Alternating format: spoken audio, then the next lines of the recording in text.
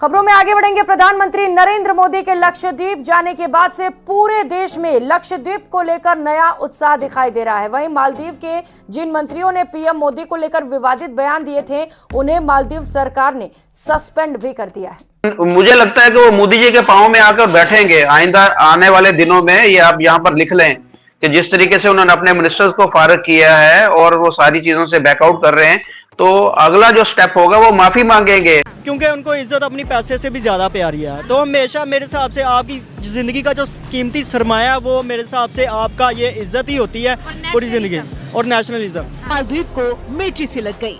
PM Modi को लेकर मालदीव के कुछ मंत्रियों ने विवादित बयान दे दिए, लेकिन अब मालदीव घुटने पर आ गया है। पीएम मोदी के खिलाफ बयान देने वाले मंत्रियों के खिलाफ कार्रवाई करनी पड़ी है। मालदीव्स और इजराइल, इन दोनों का 36 का आंकड़ा उसी टाइम हो गया था जब मालदीव के प्रेसिडेंट मुइज्जू ने सबसे पहला टूर टर्की का किया था। पंजाबी में कहते हैं साडी बिल्ली सानू ही म्याऊं, यानी कि हमारी बिल्ली हमें को म्याऊं करेगी। तो मालदीव देखें, मालदीव की टोटल जो इकोनॉमी है वो आपको पता है कि वो टूरिज्म के ऊपर चलती है ज्यादा, और सबसे ज्यादा दुनिया के अंदर जो टूरिस्ट है वो इंडियन ही वहां पर जाते हैं। और जिस तरीके से उन्होंने बताया कि कम से कम 5 लाख रुपया तो वो मामूली सी बात है कि उन्होंने वहां पर स्पेंड करना है। तो मेरे हिसाब से यही होता है कि आप जहाँ भी जाओ आपको लोग जो है ना सलाम करेंगे यार। अब वो जहाँ भी जाएंगे उनको यार कहेंगे यार ये इंडियन है यार, देखो यार इनकी पूरी कौम एक तरफ होगी। और टर्की और इजराइल इस टाइम पर एंटी हैं। टर्की पूरे तरीके से हमास के साथ खड़ा हुआ है। टर्की इजराइल को खुले तौर पर क्रिटिसाइज कर रहा है। कई बार तो ऐसे मोमेंट भी आए जब टर्की ने इजराइल को यहां तक धमकी दे दी कि हम आपके ऊपर अटैक भी कर सकते हैं अगर आपने गाजा स्ट्रिप के ऊपर हमले कम नहीं किए तो। पूरे देश पर छा गया है लक्षद्वीप का जादू। हर कोई अब लक्षद्वीप जाना चाहता है और ये सब हुआ है पीएम मोदी की लक्षद्वीप यात्रा के बाद। लक्षद्वीप के ऊपर और जो काम ये आने वाले को 5-10 सालों में होगा, वो 1 साल के अंदर उसका रिजल्ट आपको नजर आएगा। एक तो देखें ना, उसमें 2 चीजें हो जाएगी ना। एक तो जैसे आपने बोला कि टाटा और दूसरे जो बड़े बड़े ग्रुप्स हैं, अडानी, अंबानी, ये फौरी तौर पर वहां पर इन्वेस्टमेंट करने जाएंगे और वहां पर जो सहूलियत होंगे। उसके साथ साथ जो देखें एक डाइवर्ट भी हुआ ना, जो सारे लोग जो पहले मालदीव जाना चाह रहे थे, अब वो फौरी तौर पर उनका रुख जो है वो लक्षद्वीप के अंदर होगा। अगर ये मोदी जी के पांव पड़ के भी माफी मांगेंगे ना, अगर मोदी जी ने इनको माफ किया तब भी तमाम इंडियंस इनको माफ करेंगे, नहीं तो ये अपनी खैर मना लें। इनको वो दिन नहीं आज जब 1988 में जब श्रीलंका ने इन पर अटैक किया था, तो इंडियन एयरफोर्स ही वहाँ पर मौजूद थी मालदीव में, उनकी हेल्प की, उनको हर तरह की फैसिलिटी दी। और आज भी एयरफोर्स ही मालदीव में मौजूद है, उनके लिए हर काम कर रही है। उनके तो लोगों की तादाद ही इतनी नहीं है, इंडियंस ही वहाँ पर सारा सिस्टम को हैंडल किए हुए हैं। इंफ्रास्ट्रक्चर उन्होंने सब कुछ बनाया और वो इंडिया को टक्कर दे रहे हैं। इंडिया को जिसने भी टक्कर दिया वो दोनों हाथों से रोया है।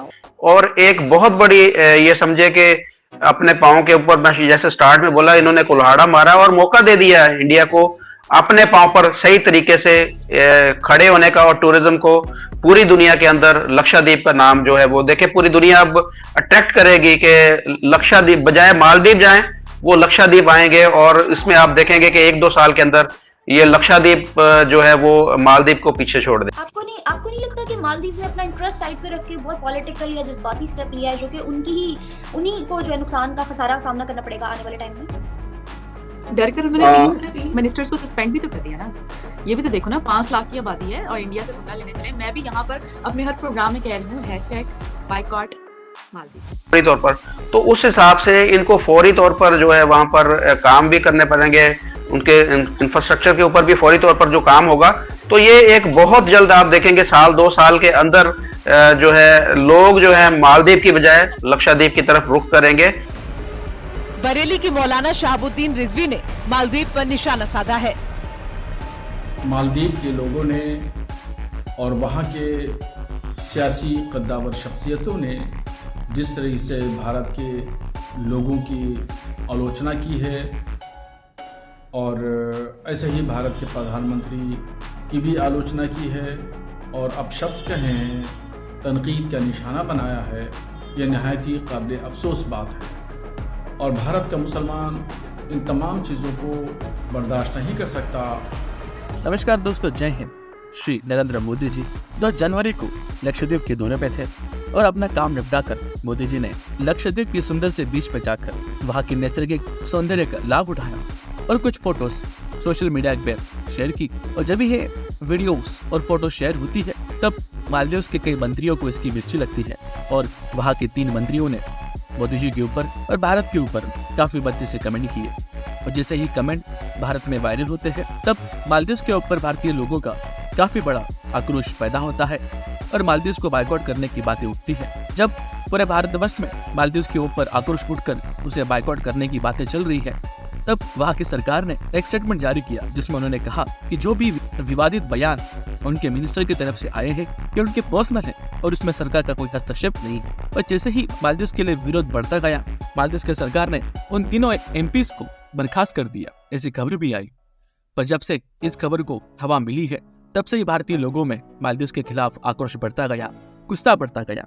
उन्होंने हमारे प्राइम मिनिस्टर के ऊपर बदे सी कमेंट की और यहाँ तक कि काफी रेसिस्ट और नस्लवादी बयान कर अपने ट्वीट में भारत के प्रति उनके गंदे विचार बताए। देखकर भारतीय लोगों में काफी गुस्सा है और लोग गुस्से में आकर मालदीव की अपनी ट्रिप को कैंसिल कर रहे हैं। और अब तक की खबर को माने तो लगभग 15 से 20 हजार के दरमियान बुकिंग्स कैंसिल हो चुकी है। पिछले साल में भारत से लगभग 2 लाख लोग मालदीव गए हैं। मालदीव को मिल रही रेवेन्यू में भारत का लगभग 15% का हिस्सा है और अगर सारे के सारे भारतीय मालदीव जाना बंद कर दे तो मालदीव की इकोनॉमी ठप होने में काफी ज्यादा समय नहीं ले सकता है। इसके ऊपर कई सारे न्यूज एनालिस्ट कहते हैं कि समय समय पर भारत ने मालदीव को काफी मदद की है, भले वो उनको सुरक्षा देने में हो, उन्हें एयर एम्बुलेंस देने में हो या फिर उनको फ्री में पानी मुहैया कराना हो और उनको सिक्योरिटी के लिए हमारी सेना ने वहाँ पे काफी कष्ट भी उठाए। पर मालदीव इससे भूल चुका है।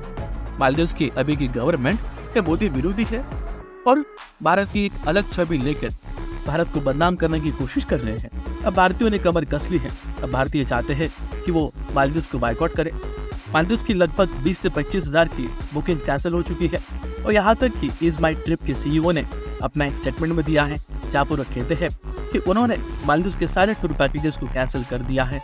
इसके साथ ही मालदीव को जाने वाली फ्लाइट्स को भी उन्होंने कैंसिल कर दिया है और भविष्य में वो मालदीव के लिए कोई भी बुकिंग या फिर फ्लाइट की बुकिंग नहीं लेंगे। इसी के साथ साथ लक्षद्वीप को डेवलप करने के लिए अब कई सारी इंफ्रास्ट्रक्चर प्रोजेक्ट्स की बात हो रही है। यहाँ तक कि ताज होटल ने एक स्टेटमेंट देकर कह दिया कि वो लगभग 2 रिसोर्ट्स और बड़े बड़े 5 स्टार लेवल के होटल्स लक्षद्वीप में बनाने की तैयारी कर रहे हैं और इसके साथ ही बड़े बड़े ब्रांड्स भी अब इसके अंदर कूदने वाले हैं। भारत सरकार बस इसे ग्रीन सिग्नल दे दे और लक्षद्वीप और अंडमान निकोबार तो मालदीव की 100 गुना ज्यादा बेहतर और काफी अच्छे से डेवलप हो सकता है। और ये होने के बाद मालदीव का सारा टूरिज्म ट्रैफिक ये लक्षद्वीप और अंडमान निकोबार को डाइवर्ट हो जाएगा। हम भारतीयों के लिए लाखों रुपए खर्च करने की जरूरत नहीं है, ना ही वीजा की झंझट। हम लक्षद्वीप और अंडमान निकोबार में उससे आधी कीमत में लग्जरियस टूर कर सकते हैं। ये भारतीयों के लिए काफी खुशी की बात है। और मालदीव को जो अपने $6 बिलियन की इकोनॉमी पे इतरा रहा था, जिससे लगभग $1 बिलियन का इकोनॉमी तो सिर्फ भारत से ही आता है, इस मालदीव की अकड़ को अब निकालने का समय आ चुका है। मालदीव ने उड़ता हुआ तीर अपने शरीर पे ले लिया है और उसे काफी बुरी तरीके से इसे सहना पड़ेगा। अब भारतीय मालदीव को सबक सिखाने के बाद ही सांस लेंगे। और गौरतलब की बात यह है कि अब तक मालदीव की तरफ से किसी ने भी ऑफिशियली माफी नहीं मांगी है। वहाँ के कुछ एमपीज जो भारत के हितैषी है वे कहते हैं कि मालदीव की तरफ से अब तक कोई भी फॉर्मल स्टेटमेंट न आना ये काफी निंदनीय बात है और ऐसे सोच रखने वाले एमपीज को तो सदा के लिए बर्खास्त कर देना चाहिए और मालदीव की सरकार की तरफ से एक ऑफिशियल स्टेटमेंट मोदी सरकार और भारतीय लोगों के लिए एक माफी जाननी चाहिए, ऐसा वो कहते हैं। पर अब तक ऐसी कोई स्टेटमेंट नहीं आई है। मालदीव को लगता है कि चीन उसका बड़ा भाई है और चीन उसको बार बार मदद कर लेगा। पर अब तो मालदीव के बुरे दिन शुरू हो चुके हैं।